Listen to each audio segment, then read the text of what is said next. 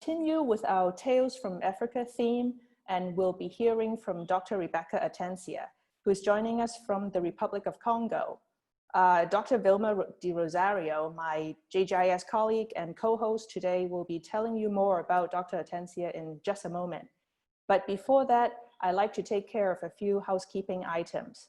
First, in order to minimize distraction and conserve bandwidth, may we ask all of you to mute your microphones and turn off your cameras during the presentation.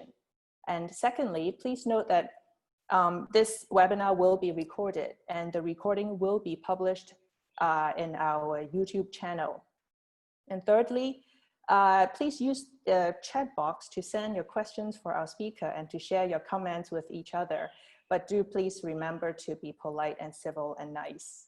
And lastly, I'd like to thank City Developments Limited and the Singapore Sustainability Academy, who are our supporting partners for this year's lecture series. Okay, now that we've taken care of the housekeeping items, I'd like to bring Dr. Andy Ang. Andy is the president of JGIS, and she will be telling us a little bit more about JGIS and what we do. Andy, are you there? Thanks, Carmen. Okay, let me share my screen. Thank you everyone for joining us today, and thank you Dr. Rebecca for sharing with us about your work in just a bit.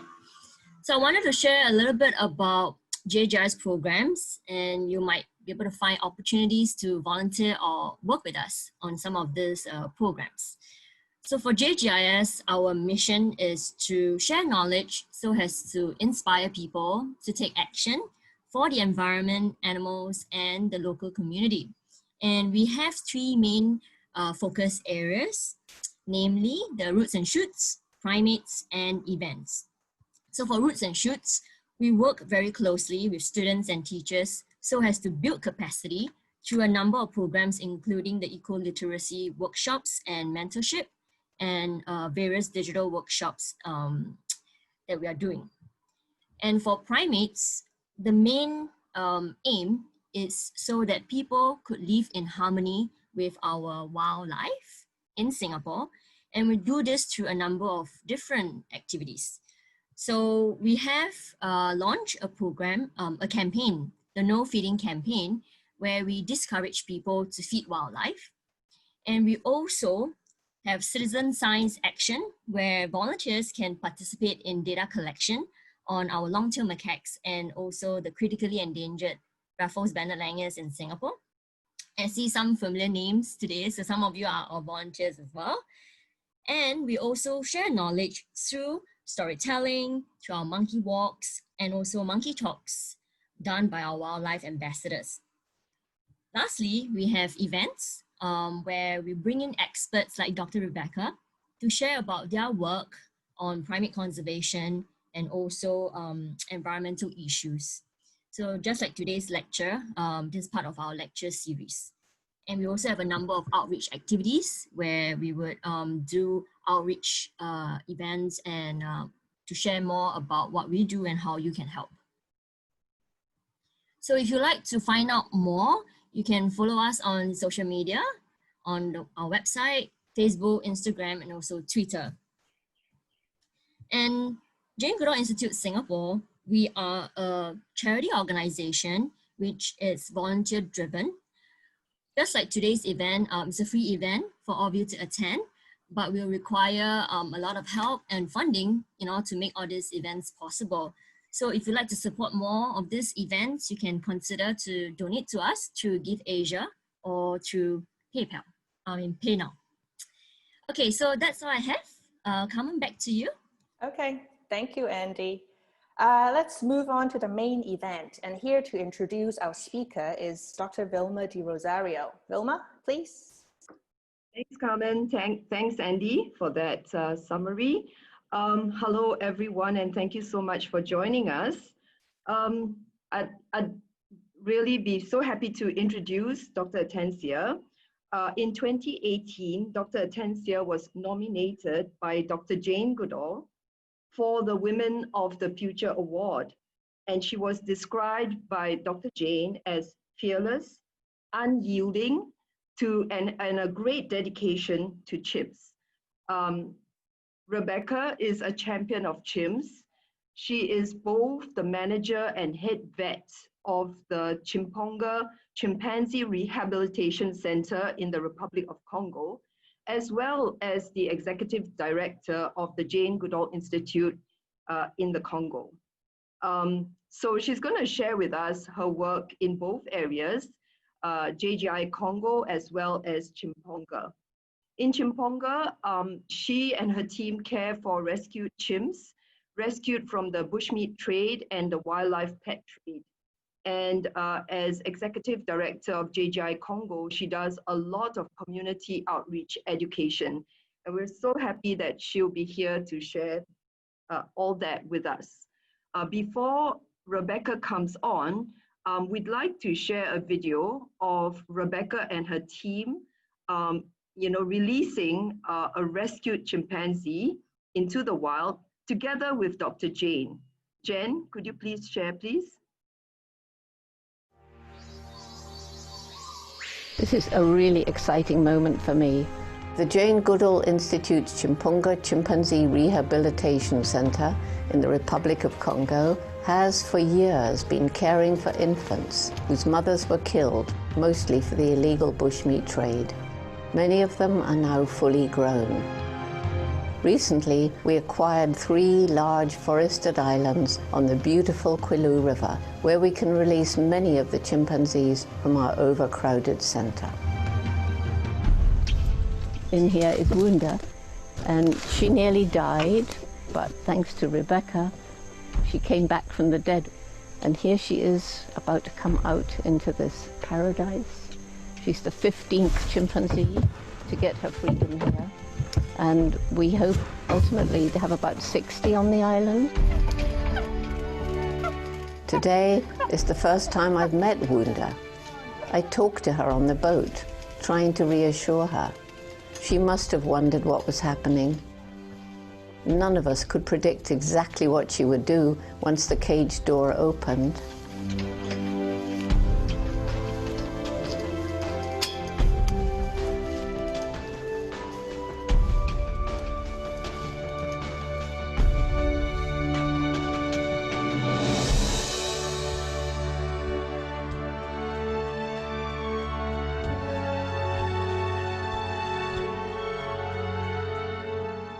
It was a very, very touching moment.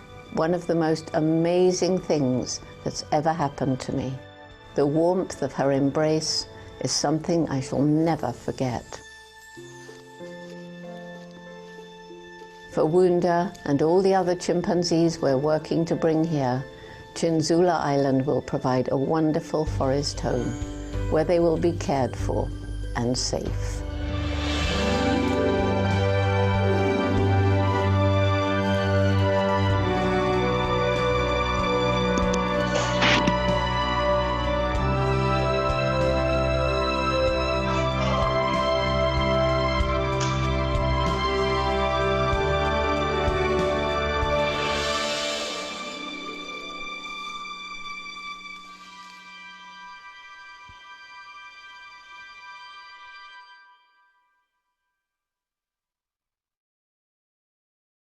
Thank you very much, Jen.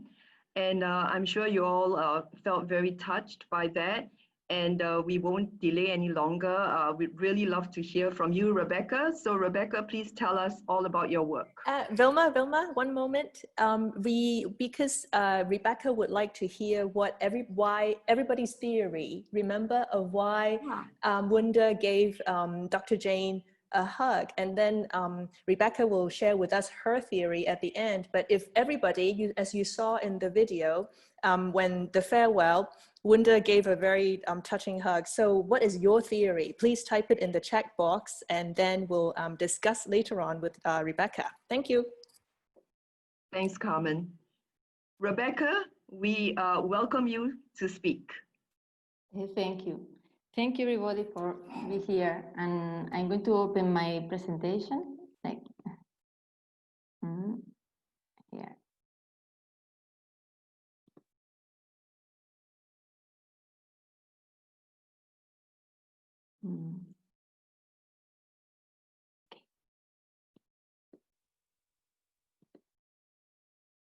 It's okay, we can see it?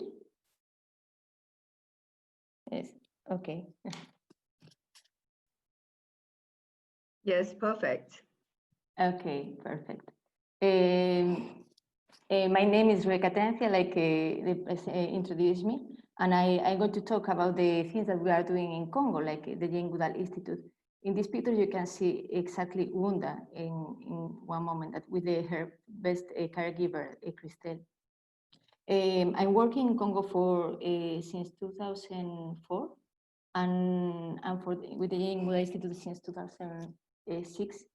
And we are working in the Rehabilitation Center that is in the south of Congo and in a national level in all the country doing education programs, conservation activities. The first thing to understand what's the situation of the chimpanzee in all the world. The only area that we can actually, that the chimpanzees are on the wild is the area that are marked in the map, the current chimpanzee rank that is Central Africa, East Africa, and West Africa. And the chimpanzees are the closest living relatives. And even being the closest relatives to us, they are in danger. That's the reason that we need to protect them. We need to give them a better future. One of the traits that the chimpanzees they have are loss of habitat for several things, for illegal logging companies, or for money when they do, like, for example, they cut the forest for just plant palm trees and they destroy the natural habitat. Illegal trafficking of chimpanzees for bush meat, or for like taking the babies for pets. And the other big threat of the chimpanzees is the disease. And now we have more outbreaks of disease into the wild, and the conflict between the chimpanzees, they can get the disease of the humans. And now that the humans, they go into the forest, they can get more anthropozoonosis, that we call it. But now we are going to we talk more about Congo, what we are doing in Congo, and why we started working in Congo. Congo is here, like we can see in the slide. And in the south of Congo, close to the sea, is Tchimpounga Rehabilitation Center. Everything started in 1991, when Jane Goodall, she was in Brazzaville, and she was in a conference. And in the way from the hotel to the conference, she passed through the market, a local market. And she saw in the local market a chimpanzee in a cage, in the top of a cage. And the chimpanzee was lying on the top of the cage, and it was like close to die. And Jane, she was thinking, okay, I'm in Congo, I don't speak French, what I can do? I said, I go to the conference, and in my way back, I'm going to try to do something with the chimpanzee still there. And in the way back, the chimpanzee was there. And she went close to the chimpanzee, and she just do a small call to the chimpanzee. She did like, ooh, ooh, and the chimpanzee opened the eyes and started to answer her, ooh, ooh. And for Jane was a signal that, and she said, okay, I'm in a country that I don't know many people here, I don't speak French, but I need to save this chimp. She went to see the embassy, American embassy, and with the police, they confiscated the chimpanzee, but they put the chimpanzee in the zoo, and it was a very bad zoo, Park Zoologic of Brazzaville. And she said, okay, we need to do something. We need to create the Jane Goodall Institute Congo, and we need to have a sanctuary. And they negotiated with the government for creating Tchimpounga Sanctuary that was created in 1992. Tchimpounga Sanctuary is started in a forest, a big forest of 32 hectares, and we built a fence around the forest and a big dormitory. And in the dormitory, there was done for maybe holding 60 chimpanzees maximum. And the idea was to have, at that time, they have just one, and more chimpanzees, they were confiscated, and started with 25, very little amount, but they never expect that the number is going to grow and grow. In Tchimpounga Sanctuary, we have this, we need to go through a process, no? That the chimpanzees arrive, we need to rescue them, after we need to integrate in a group of other chimpanzees, and after we rehabilitate it in the forest. We work since the beginning very close with the local communities. We want people to be involved in our project of conservation, because we are all in the same area, and we need to develop to protect the forest and protect the people that are around the forest.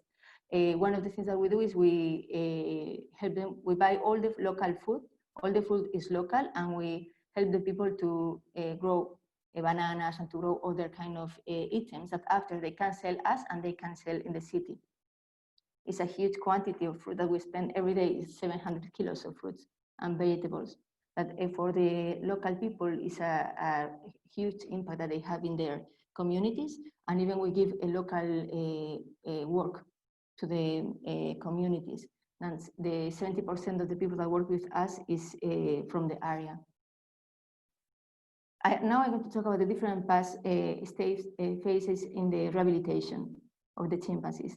The first thing that happened is that we rescue the chimpanzees from the illegal trade, but from where they come? They come from the forest. They come just from, some of them just from the forest, that a hunter right to the forest killed the mother, and in front of the baby, they finish killing the mother, because sometimes the mother falls down into the ground, and they finish killing the mother with a machete, and the baby, they see, and the baby is watching all this. It's a real trauma, because they can see how their mother, the center of their life, died in front of them. They cut them, they smoke them, and it's some of the chimpanzees, they come with a real trauma, and they hate us. They don't want to be close to us. But because chimpanzees are social like humans, they need to be close to others. They need the contact for really grow up with healthy in their mind. The first thing that we do medical care, and sometimes it's difficult because they come, for example, in this picture you can see an X-ray of a chimpanzee that came with a bullet into cranial. And we need to be really fast and give the medication and the correct diagnostic of the problem that they have. And after that, we need to give them, we can say love, but it's true. They lost their mother, they are babies, they are sick, and they need love. And the thing that we do is we give an adoptive mother, and human adoptive mother, a caregiver that stay with the baby day and night. And even the night is so important, because at night they wake up and they start to cry, and if they are alone, they start crying and crying. But if they are with a caregiver, the caregiver just go close to them, to the baby, and touch the baby, and just start to talk to the baby, and it's a huge change. And you can see how he starts to have more confidence in himself, and it's a huge change that happens in their future, no, in the social behaviors with other chimpanzees. And once go through the quarantine period, he gets integrated with other chimpanzees. And in the integration process, go always with the adoptive mother, not with the caregiver that did the quarantine with the baby. And after that, when they are already integrated, they start to go to the forest, and they start to develop the normal behavior of a chimpanzee. We have other forests that they are not, they don't have a fence around. And we bring the chimpanzee and they spend the day there. It's like go to school every day, and they come back to the sanctuary in the afternoon. And when become adults, the chimpanzees are dangerous. They can be aggressive with humans. Then when become adults, they have two options: to go into the sanctuary in the enclosure that we have of 32 hectares of forest, or we have another option, and is bring them to the islands. We have 3 big islands of 100 hectares, 70 hectares, and 30 hectares. And in these islands, we have a dormitory into the islands too, because like this, it's for be able to handle the chimpanzees if they are sick, if management of the chimpanzees, because at the end, they're still in captivity, we're still giving them food, and they can get sick too, and we need to give them support, medical support. And there are 3 big islands, and if they are social adapted to that group, we can integrate in that group, and they can be in the islands. And always there is an opportunity to do the reintroduction. But anyway, this is talking about the sanctuary. But really, the sanctuary is like a solution that we're giving, but that's not the solution, the last solution. The solution is to protect the chimpanzees into the wild. The thing that we want is to keep them into the wild. And it's very important to have set sanctuaries for be able to do law enforcement, because if you want to do law enforcement and you don't have a place for bring the babies and take care of them when they are confiscated, the authorities, they cannot do law enforcement. And I'm going to explain the case of Tchimpounga. For example, in Tchimpounga, that we started with a sanctuary for 60 chimpanzees, and we started with 30, start to increase the number, to a level that we have too many, more than 100, and we didn't have a space for them. And the paradise that we create start to be like a problem. Then you found a moment that, okay, what I'm doing something good or not, taking care of the babies, what am I doing here? And there is a lot of moments of frustration, no? That a lot of babies arriving in very bad conditions. You're in the day-to-day basis, always with things, but you don't have solutions. That's the reason that in 2008, we were obligated to close the sanctuary for a few months, close the sanctuary for having more teams in. And we started doing a strategy. And one thing that Jane always said is that if you see the problem, like the problem, a big problem, and you try to go against that, you get frustrated. But if you cut your problem in pieces and you go slowly, and don't stop slowly, and by pieces, at the end you can get your goal, you can arrive to your goal. And the thing that we did was to think about, and we started with the triangle approach. In the triangle approach, the thing that we do is 3 things at the same time, 3 activities that they go in the same direction at the same time. Chimpanzee care, chimpanzee welfare, it means that if we expect that people protect the chimpanzees into the wild. We need to show empathy for individuals. It's so important. How we expect that people is going to protect the wild chimpanzees if we don't show that we give all that we can to the rescue babies and to the adults. That's the reason that we spend a lot of effort improving the welfare of the chimpanzee that we have in captivity. The other thing that the triangle approach is the public awareness and education programs. We want people to be involved, and we want people to be the leaders of this protection of the chimpanzees. That's the reason that I'm going to explain now the education programs that we do. And at the same time, law enforcement. If it's illegal to have chimpanzees, if it's illegal to transport chimpanzees, to hunt chimpanzees, and the legislation is to be on site, but people need to go to prison if it's illegal. That's the thing. And sometimes you need to have to help in that part, no, or to join other organizations for help in that part of law enforcement. For chimpanzee welfare, we have the sanctuary with the 2 options, with the islands and with the mainland. And for education programs, we were doing activities in schools in different cities and in the different areas close to the conservation, to the protected areas. And the thing that we want is to increase the empathy for chimpanzees and for other living beings, not only for chimpanzees. And we do these regular activities, and we do training to trainers. We're training the teachers. We start with our teachers, and after our teachers teach the other teachers for be like have more impact. At the same time, we do a lot of activities with the kids, like tree planting, and we do implantation of billboards. In the billboards, there is a message that is very simple, that is chimpanzee and gorilla plus money equal to prison. And it's impressive the impact that have this billboard. In the map of Congo, you can see the red spots are the places that we put the billboards. But if you could take the train from the south of Congo to the north of Congo, in every stop you're going to see one of these billboards. And it was amazing. It was amazing, the impact of the billboards. But no, it's not only public awareness. We need to do public awareness, but this thing that we say in the billboards need to happen.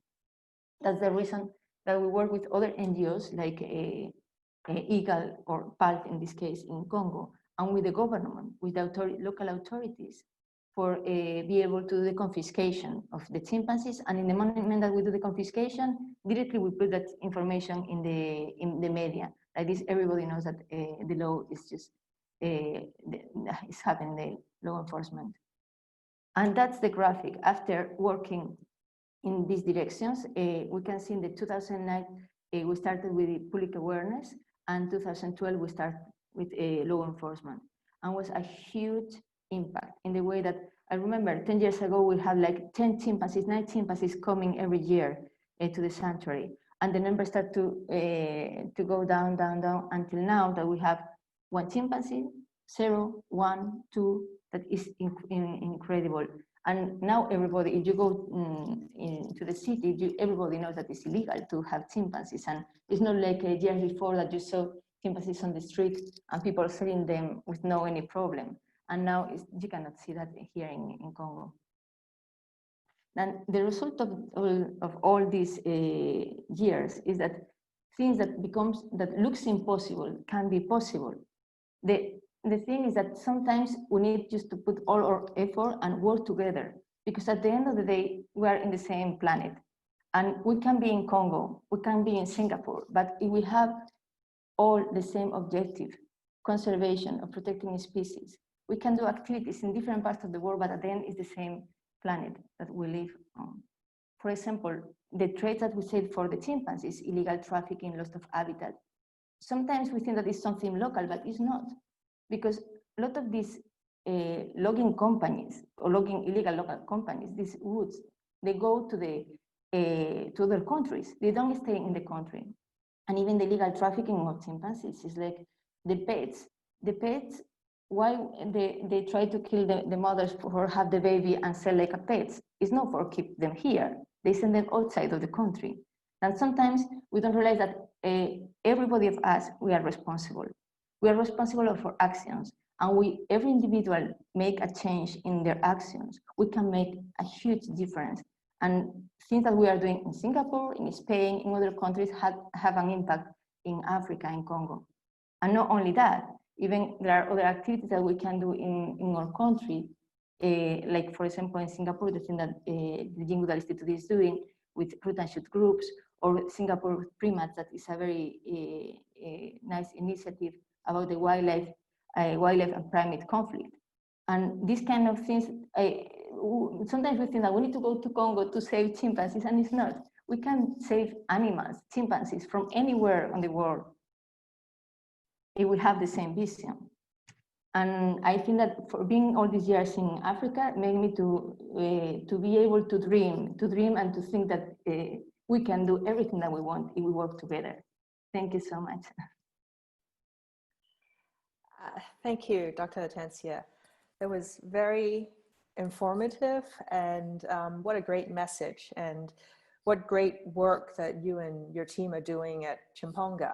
And yeah, especially the illegal wildlife trade, that touches, you're right, it's not only something can be done in the Congo, every one of us can do something about protecting wildlife and the environment anywhere we are, including right here in Singapore. Okay, I see that there are some questions that came in through the chat, and there are some questions that came in through the PTIX that Vilma already has. So why don't we go right into the Q&A part of the webinar. Vilma, would you like to ask the first question? Yes, sure. Thanks so much, Rebecca, for that very inspiring talk. I'm sure all of us are in awe of the work that you do. And there are several questions actually about the work and other things. But I'm going to start with the first question that someone has asked. How important are the chimpanzees to the ecosystem of the Republic of Congo? The chimpanzees, like other wildlife, the importance for the ecosystem is that all the animals and trees and humans, we are together in the ecosystem. And for us, the chimpanzees is like the thermometer. It can show us the thermometer of the problem, no?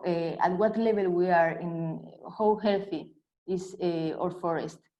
If we don't have chimpanzees, the chimpanzees start to disappear. It's really serious that something is going on. But if we have chimpanzees, we have a hope that the forest can be safe and we can protect and we can have more wildlife going and coming back to the forest. Yes, thanks, Rebecca. Thank you. So saving chimpanzees means saving forests and saving other wildlife as well. Yes. Mm-hmm. Definitely. Carmen, you have a question? Yes, let me see. So there are two that are related to, I guess, asking Rebecca as putting on her vet head. So the first one is, why are chimpanzees so much physically stronger than a male human? I guess in terms of, if we share similar DNA, why are they so much more physically stronger? And then another one along the similar line, let's see. It is said that chimpanzees' DNA is 90% in likeness to humans. Instead of animal to human blood transfusion, which is happening now, can humans donate blood to animals, chimps in particular? So Dr. Atencia, please. Thank you. Okay, thank you. Sometimes I don't have answers for all the questions. Why chimpanzees are stronger like humans? They are other species, and the natural selection made them to be stronger for be able to survive into the wild. And we are really similar, but there are differences, no? The chimpanzees need to be strong enough for jump in the trees and move around, and that's really important for them. And the natural selection made them to be strong. And the second question about the blood transfusion. I did several blood transfusion in chimpanzees and here in Congo, and chimpanzee to chimpanzee. But I never did a blood transfusion chimpanzee to human. The chimpanzees, they have when we do the blood transfusion, before doing that, we tested the kind of blood, and they can be zero positive, zero negative, A positive, A negative. They don't have B like humans, and they have a lot of similarities in the blood, but and I never did, and I never tried to do.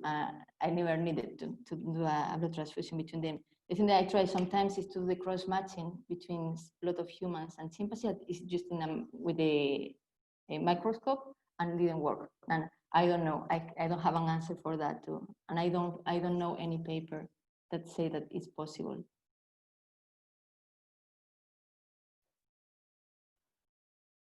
Okay, I have another question. This is a personal question to you, Rebecca. What got you started on your wildlife journey? So tell us a bit about how you started to get interested in working with the great apes and your journey up to now. I started when I was very young. When I was born in Spain, in the north of Spain, and in a house with a lot of animals around, and I was in love with animals and with the environment and everything. And I was inspired by the ranger that was in the area, that after a big fire around our house, he went into the forest before the fire and saved a lot of animals, wild animals, babies, and he took care of them, and after he released them. And for me, it was so impacting when you have 8 years and you see somebody be like your hero, no, that can save animals. I said, I want to do that. I want to do the same. And after, slowly, when you have something in your mind and you go in that direction for years and years, I had the opportunity to learn to study veterinary medicine, to learn about wildlife, and the opportunity to go to Congo. And sometimes you are lucky, but you need to look for that. Wow, what an inspiring story. Okay, let's move on. Okay, we have a few questions about the illegal trade. So the first one, what countries are notorious for buying chimpanzees as pets? And then as a follow-up, why was there no serious law enforcement against traffickers prior to, I guess, what you mentioned, the awareness program or the billboard program? Was there a particular reason? In Congo, for example, there was no this law enforcement before we started with the program, because the thing that they say, the authorities say, that the people didn't know that it was a legislation on paper, but people didn't know that was illegal. And they didn't want really to go hard in that direction, but it was more about the knowledge. People on the ground didn't know that was illegal. Even policemen didn't know that was illegal. That's why, you need to open the legislation and read it for understand that it's illegal. And with other countries, normally the chimpanzees, they cannot leave Africa. And there is a legislation that says that, and even the cities makes the regulation of all these details. No, that cities is like the passport for wildlife that are protected. And chimpanzees, they cannot leave the country, but even the continent. But always, traffickers, they found ways to go around. And it's important that in every country that receives chimpanzees, that they understand that that's illegal and stop that. Because it's not only from Africa, we need to work from all the other countries and stop this illegal trade.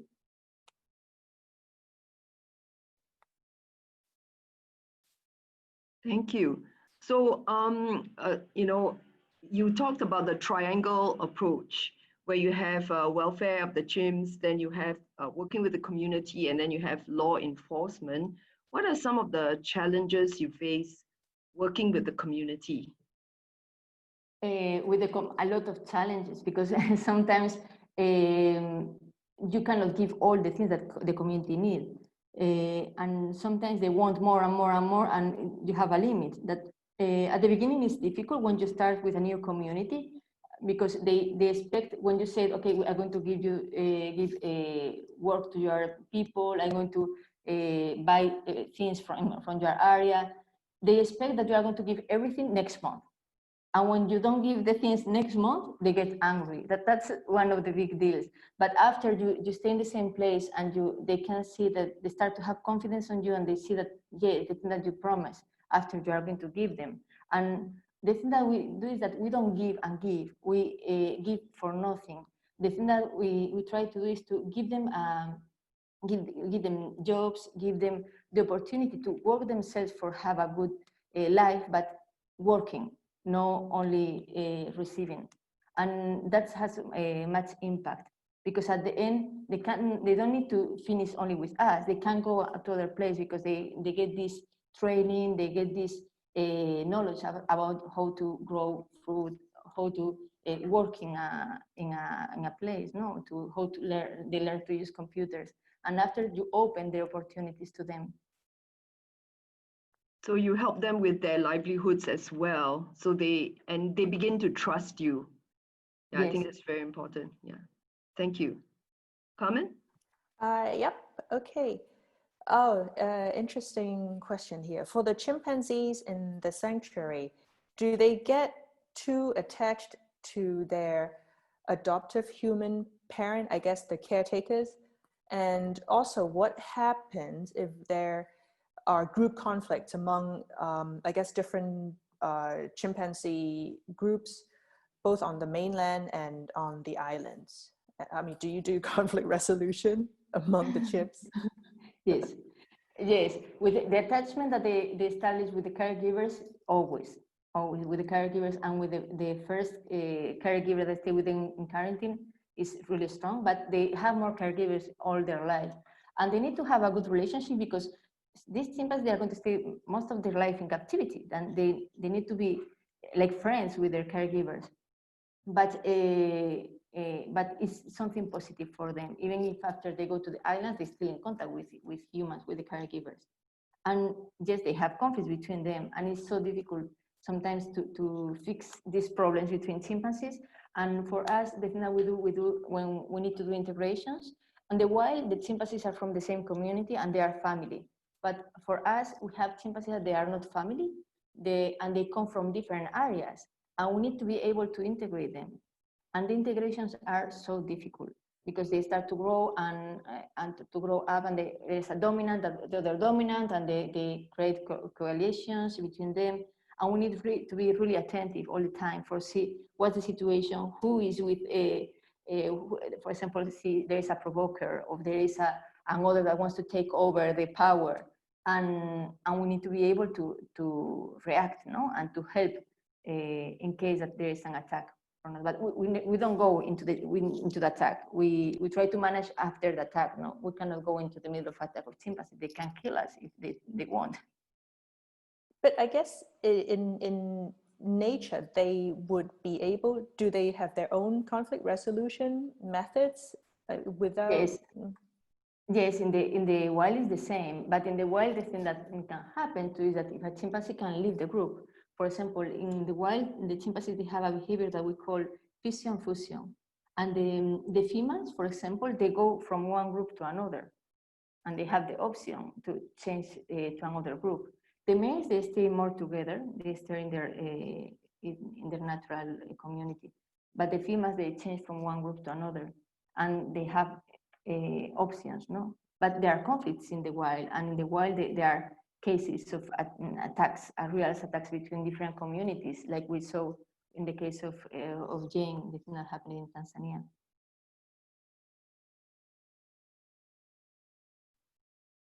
Vilma, would you like? Yes, there's this other question.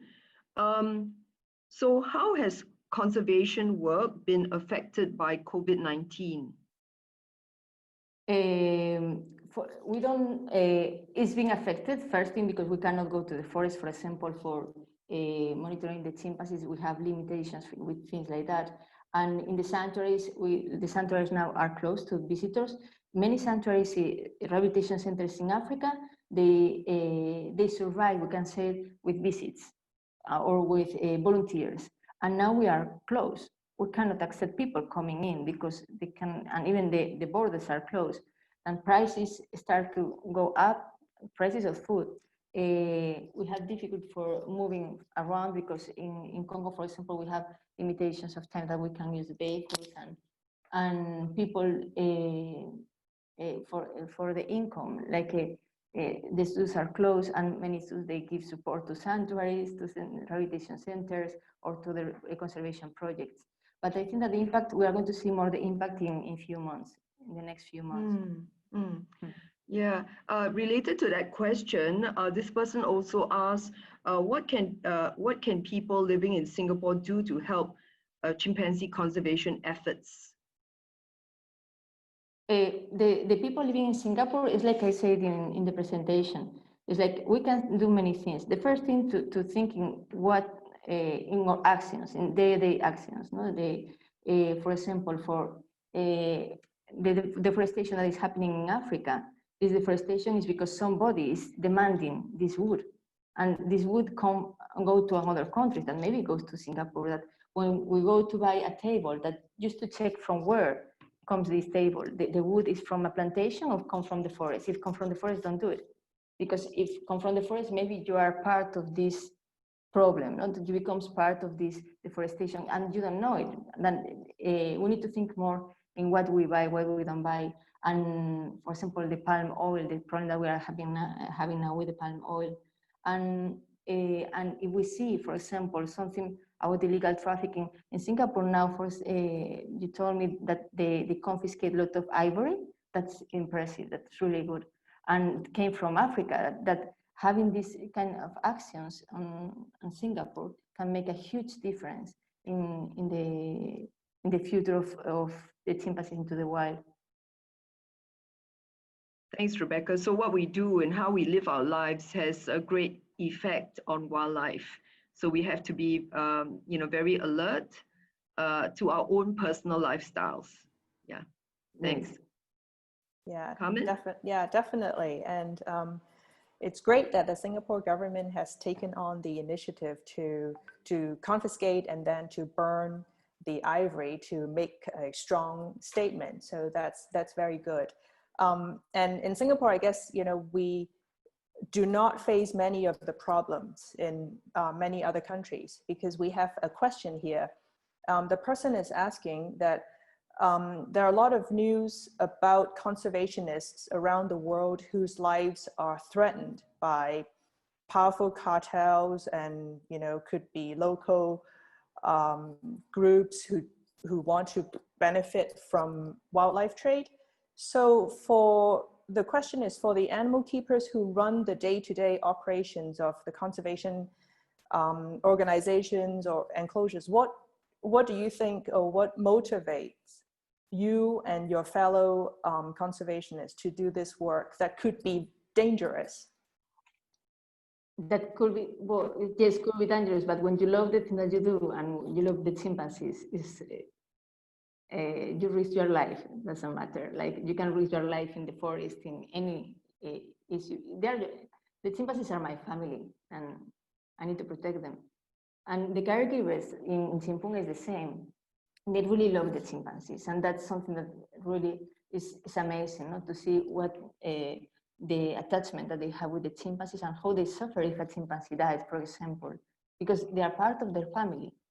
Chimpanzees, they have a long life, 70 years, and all these years, if you, for example, we have workers that they are working with us for 25 years, 30 years, and all their life with the same individuals.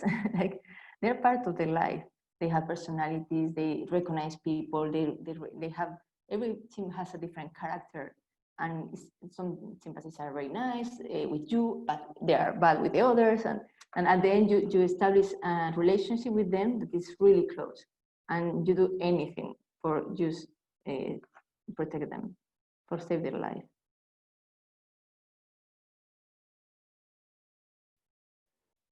Thanks for that. You talked about empathy and building empathy for wildlife.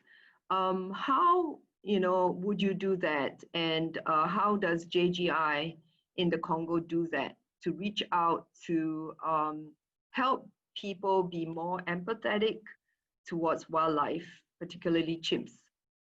Yes, for us, we work in schools and we have 4 different levels of, we work in 4 different levels.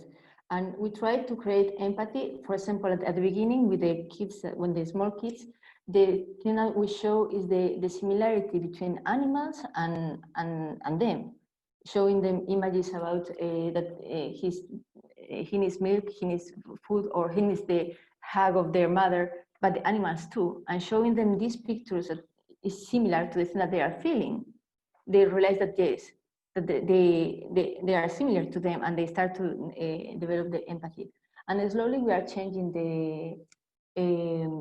the tools that we use in the schools. In function that they grow up, we start to show more like about when in the second step we show more like the animals like humans. They need water, they need food, they need a cover, like you. And the kids, they become more empathic with other animals, not only with chimpanzees. And after we start to show them things that that they can do for make a difference, like a root and shoots program, no? And even if they are kids, they can do a big change and telling their parents about the importance to protect the wildlife, and they become leaders, small leaders of conservation.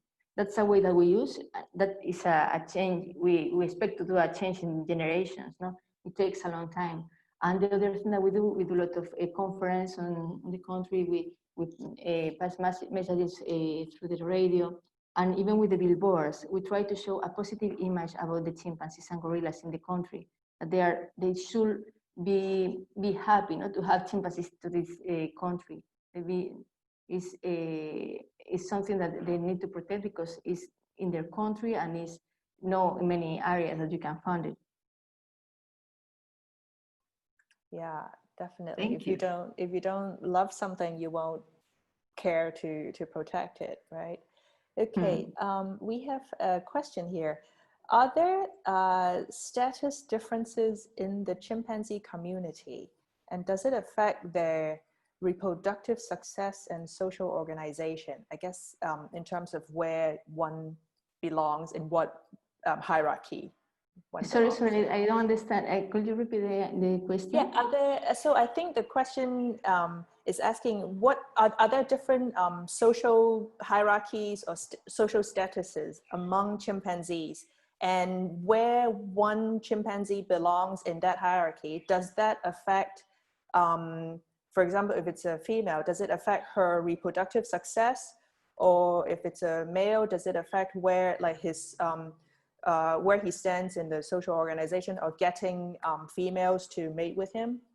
Yes, yes, the status always has a direct influence. And I can see that in chimpanzees in captivity in the sanctuaries, because they are not from the same family, but sometimes they have a baby. Normally we use contraceptive techniques for not have babies all the time in captivity, because we need to have a space for receive more chimpanzees. And in case that we release them into the wild, we take out the contraceptive methodology. The thing is that sometimes they have a baby, and if in the group there is a mother with a baby, and the mother is dominant, that baby is going to have a better position in the hierarchy when he's going to grow up. And you can see that when they have this support of the family, and the family, somebody of the family is dominant, they are going to be like a leader, and they are going to have more security in themselves. I guess in a way, not unlike human society in many ways. Vilma, do you have another question? Yes, this is a question about internships. Are there opportunities for people from Singapore to do internships at Tchimpounga? At Tchimpounga, we don't do internships now. We offer jobs, but normally it's people that has already experience. It's always like the circle that you cannot come in, no? But there is some other places. There are other places that you can do internships, and there are other sanctuaries of chimpanzees in Africa. There are other sanctuaries that you can ask for, be a volunteer or internship. Like now, one is Help Congo, that is in Congo too, but it's not a sanctuary. There is a rehabilitation center in South Africa that they have internships. There is a sanctuary in Guinea, CCC, that has internships. If you go into the web and you check PASA, that is Pan-Africa Sanctuaries, there you can have the list of all the rehabilitation centers of primates in Africa, and the list of the rehabilitation centers that accept volunteers and internships. Thank you. Carmen? Yes, here we have a question. Have chimpanzees and gorillas crossed paths before? I guess that you have seen or noticed, and what happens? Cross paths that they see them in the forest, one to the other, or what you see? Yes. I think that's what the yes, question I saw, is. Yeah. Yes, I saw several times. They released chimpanzees that they found a gorilla like that. Sometimes when they are in the forest walking and a gorilla is suddenly they found a gorilla, sometimes they're like, "Wah!" Or then they cry and they just jump in different directions. Other times they are eating in the same tree, like normal. They are not, they don't attack one to the other. They don't have conflicts normally. And in some months of the year, they share the food that they eat. It means that you can find gorillas in the same areas of chimpanzees, and I know you cannot see conflicts between them. They normally, at least that I saw in Congo. Any more questions from your side, Vilma? Yes. A question about you and Dr. Jane, Rebecca.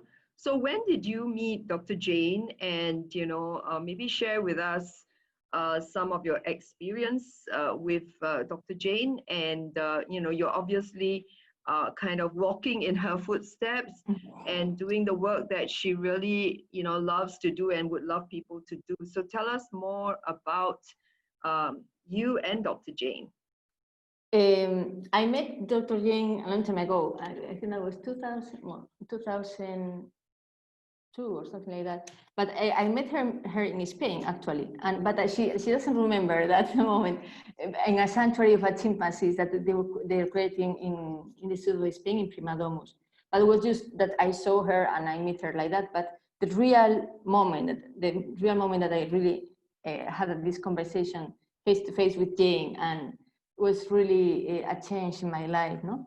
Was when at that time I was working in other project. I was working in Help Congo, and Help Congo was the only project at that time that was doing release of chimpanzees into the wild, and I was the manager of the release site, and was just in the moment that Jane has Tchimpounga and they have too many chimpanzees, and they were looking for solutions for their chimpanzees, and they started visiting different projects for see if they get an idea, no, of what they can do. At Help Congo, we had islands and we have the forest. We have the release site and we have the islands. And they came to the release site. And it was really exciting because it's like, I was there for already 8 months. I was there for 10 months already. My job was for 12, but I was for 10 at that time with no communication with anybody. There was no phones. There was only a satellite phone that was working the first 15 days that we were there. All the communication was by radio, like, and that you cannot really communicate with. And they told us, Jane Goodall is going up tomorrow. Jane Goodall Jane Goodall is going to come here to the middle of the forest. Who is possible? And the next day, she didn't come. Okay, I said, she's not coming. And a day after, she came. And I was like, oh, Jane Goodall is here, but here we're only us. It's like, what is going to... And I did a small presentation to her that was quite terrible because I was in the middle of the forest. But she was impressed with the work that we were doing. And she saw the chimpanzees in the forest, and she said that to me. She said, that's really impressive. And she offered me to start working for her. And it was nice. And working with Jane is, I think that is to work to somebody that she doesn't have an age. She only dreams. She's a dreamer, but she makes dreams possible. It's like she's supporting you all the time. She believes in people, and she believed in me in that time because I was young, and she gave me the opportunity to manage that big project that she had, that was Tchimpounga. And when I started with the ideas of the islands and these things, she was giving support all the time and behind me, and like giving support, what you need, what we can do, and really to have somebody that believes in you. It's like when you are young and you have great ideas, but sometimes not everybody believes in you.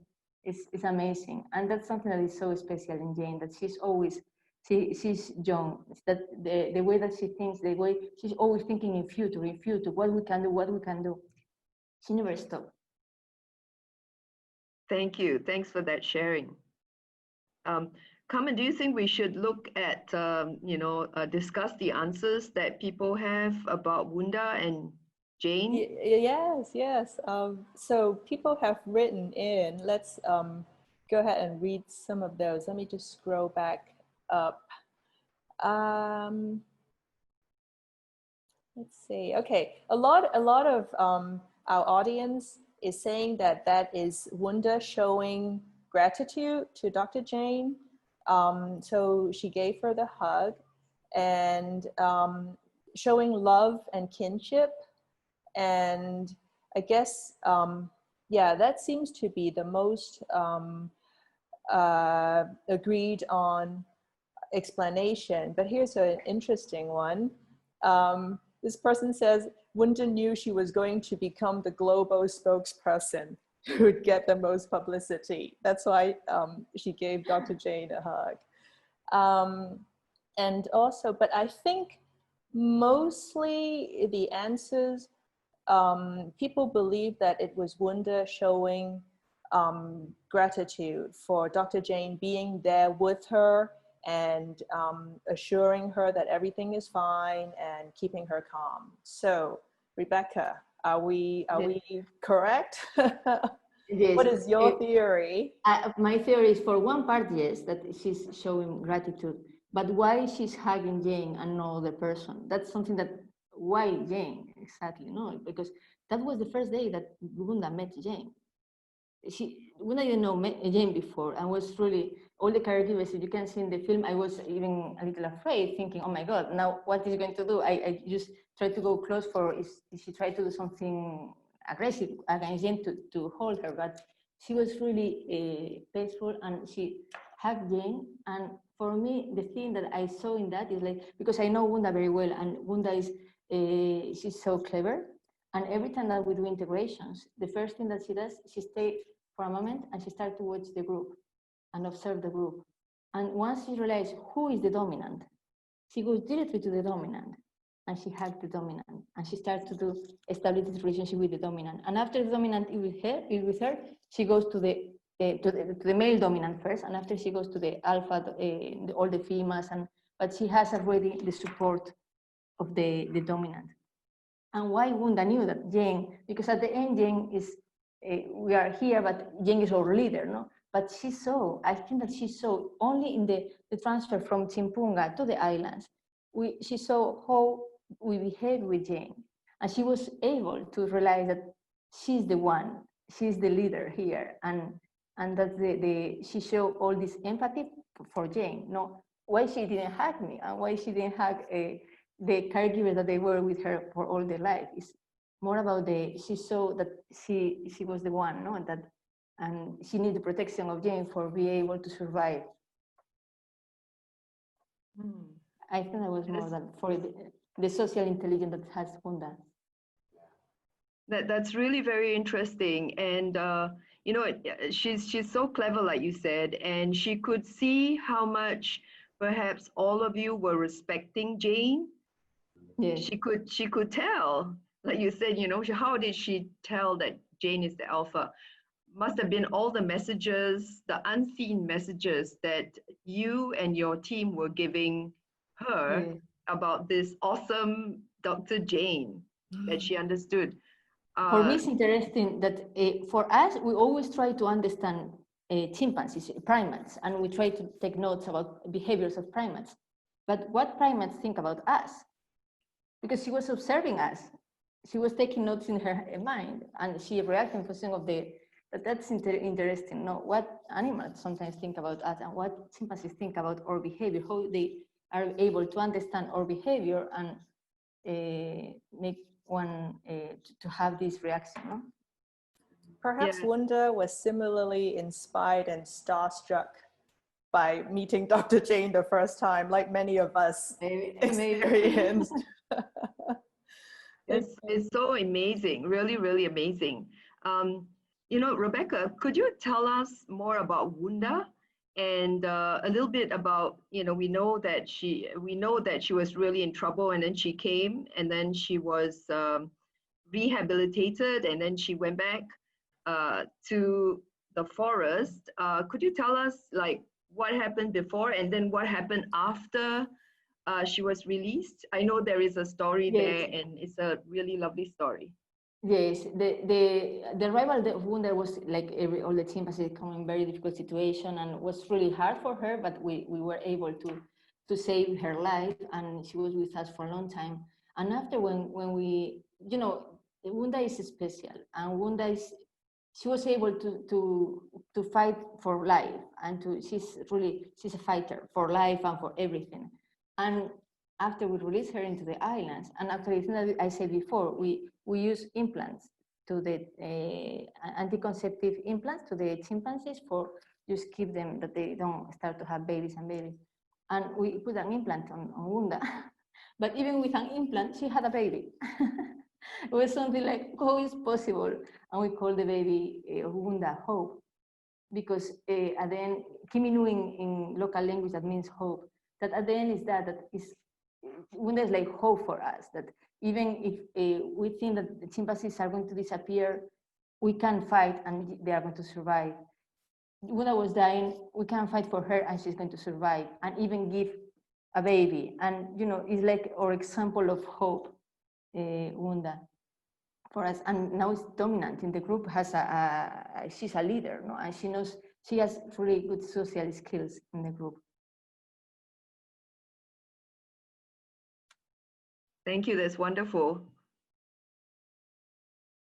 Carmen, do you have any other questions? We do actually have a few more, and I think we have a little bit time. We still have a little bit of time. So why don't we go over those questions as well? Okay, there's one here that I guess follows along the similar line of behavior, chimpanzee behavior, and interact like similar to humans. So the question is, do chimpanzees play practical jokes on each other? Yes. And do you have an example? Yes, they do. And sometimes some chimpanzees, they don't like jokes of the other chimpanzees, and they do like behind the babies more. They do these kind of jokes. They like to play, chimpanzees, and to laugh. They make laugh one to the other, and sometimes the things that are in captivity, for example, in the sanctuary we have this fence, no, around the forest, and the chimpanzees are so clever. They work together for try to escape out of the fence, but they don't escape for go to the forest. They escape just for play, for just go and steal things, and after they come back to the forest. And the way that they use for escape is they take pieces of wood and they put together in the fence. We have a positive and a negative, and they put together the positive and negative, and they create just off of the fence, and they escape. Now, one chimpanzee needs to do that and other escape. That one is going to stay and the other that is going to escape. Sometimes they collaborate like that. And for the one that is staying to the enclosure is so excited. Wow! It's so nice to see them when they start with this kind of behaviors. And they joke a lot, yes. If they have a good group, if they have a good group, a good community, a social group. Wow. So never a dull moment at the sanctuary. So this is a good question. So somebody asked, is there any plan or intention to perhaps install some cameras, live cameras to monitor the chimpanzee activities in the rehab center and the sanctuary, perhaps for you guys to monitor and perhaps for, interested, audience to just watch? Yes. For the moment, we have camera traps. The camera traps, there are cameras that they turn on when there's somebody in movement in front of them. And we have camera traps in the sanctuary, in the islands, in different places. The problem that we have is that when the team found the camera, they destroyed that. They broken that in thousands of pieces. But we put them in places that are protected. And we started now with the camera traps, but this is not happening. We cannot put that online because we don't have good internet connection on the islands. We're in the forest. We don't have Wi-Fi and we cannot put that directly online. But this maybe in future will be nice. Okay. Any more question left from your side? Yeah, I do have. Someone wants to know how the local community views the laws of primate conservation in the Congo. For me, I'm really glad that the people, they see that like good. For example, in Congo, in some tribes, they think that chimpanzees, they are our ancestors. And they were protecting chimpanzees before. Other people know that. And now that they know that it's protected, that they are happy with the idea. Because really, when if they kill chimpanzees for meat, it's not that they need that. It's because the meat is more expensive and it's more like something special, no? But no a need for their life. And protecting chimpanzees and gorillas is something that they take that really in a positive way. And for me, it was impacting, for example, because we work with mandrills too. We are releasing mandrills into the wild, and we are releasing mandrills in an area that before they were hunting a lot of mandrills and eating mandrills. And we did an education program. We were in every single village talking about the mandrills, the protection of the mandrills. After that, we released the mandrills. And the problem that happened is that some of the males of the mandrills, they were in the forest, and some of them, they came to the village, to one of the village. 2 times this thing happened. And for me, it was surprising because the people from the village, they didn't kill that mandrill. They changed the gun for a phone, and they call us, okay, come here, your mandrill is in our village. And we went in there for take the mandrill and bring them back to the forest. But it's amazing how, an education program in a short time like that, because it was a question of 4 years only. And they changed the gun for a phone. and now they are not killing. It was so easy to kill that mandrill, but no, they didn't kill the mandrill, they just call us. And that shows that, yes, they take that like something positive, no? That we protect apes and primates. That's awesome. That's really awesome. I have a question. So if you had a wish and you know that wish will be granted, what would be your wish for JGI Congo, and what would be your wish for Tchimpounga? For my wish for Tchimpounga will be that it doesn't exist, that we don't need Tchimpounga, because all the chimpanzees are in the forest, and people protect the chimpanzees, and we don't need to do all these activities. We should keep doing the activities for increase the empathy for people and animals. That activities never are going to stop.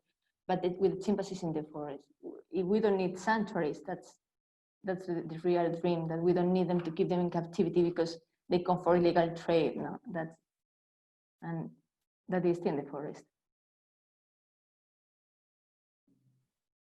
Your wish for JGI?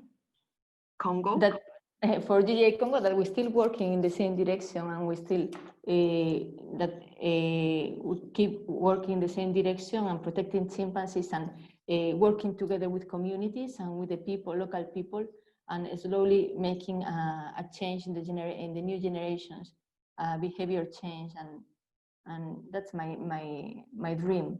It takes time, but we are here, and we are going to be here and here and here until we can see a difference. Thank you. Thanks for that answer. Yeah, I think that's a wonderful message and a wonderful wish. So on that note, I think we're at a good point to wrap this up, perhaps. Unless, Vilma, do you have any other burning questions? No, I think, Rebecca has given us a wonderful talk and lots of things to think about what we can do to make a difference, and also shared a lot about her journey and her work with Jane and her wishes for the future.